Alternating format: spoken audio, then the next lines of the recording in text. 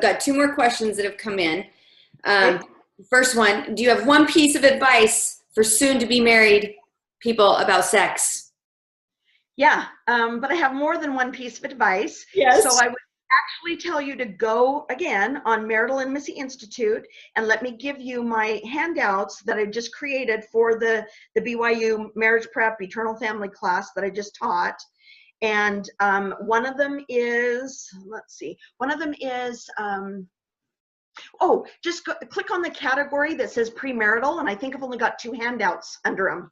And those are the 2 handouts for anybody pre-marriage. And one of them goes through 12 specific things that they can be doing to prepare, like getting educated, like I'm a big fan of couples always writing out kind of their ideal lovemaking scenario for the first night, and to have some kind of a conversation or send it to each other so they can kind of share that insight with each other.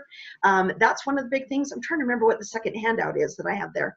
But I've got 2 handouts there that have all of the main stuff that I would start with for sure.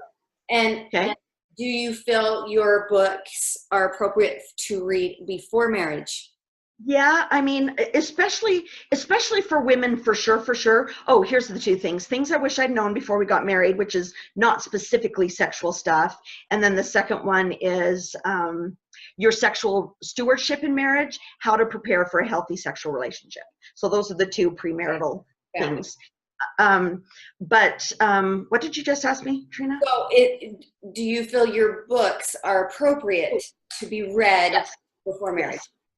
So my big thing with the books is that I'm not a fan of more honeymoon horror stories. So I'm going to lean towards wanting people to get educated ahead of time. I am cognizant of the fact that sometimes we've got to be careful about how arousing that might be, how stimulating that might be, how difficult that might make an already difficult situation.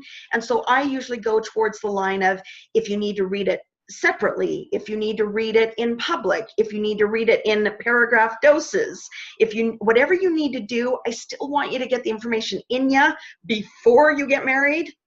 But you just have to think through, what do I need to make this make sense? Mm-hmm. Okay. And most women, I mean, my daughter, I had her read them, how old is she now? 21. But I had her start one of them a little while ago. I guess she mostly just read them after she got back from her mission. But I think I gave her one of them earlier, and she read some of it, but it wasn't as applicable.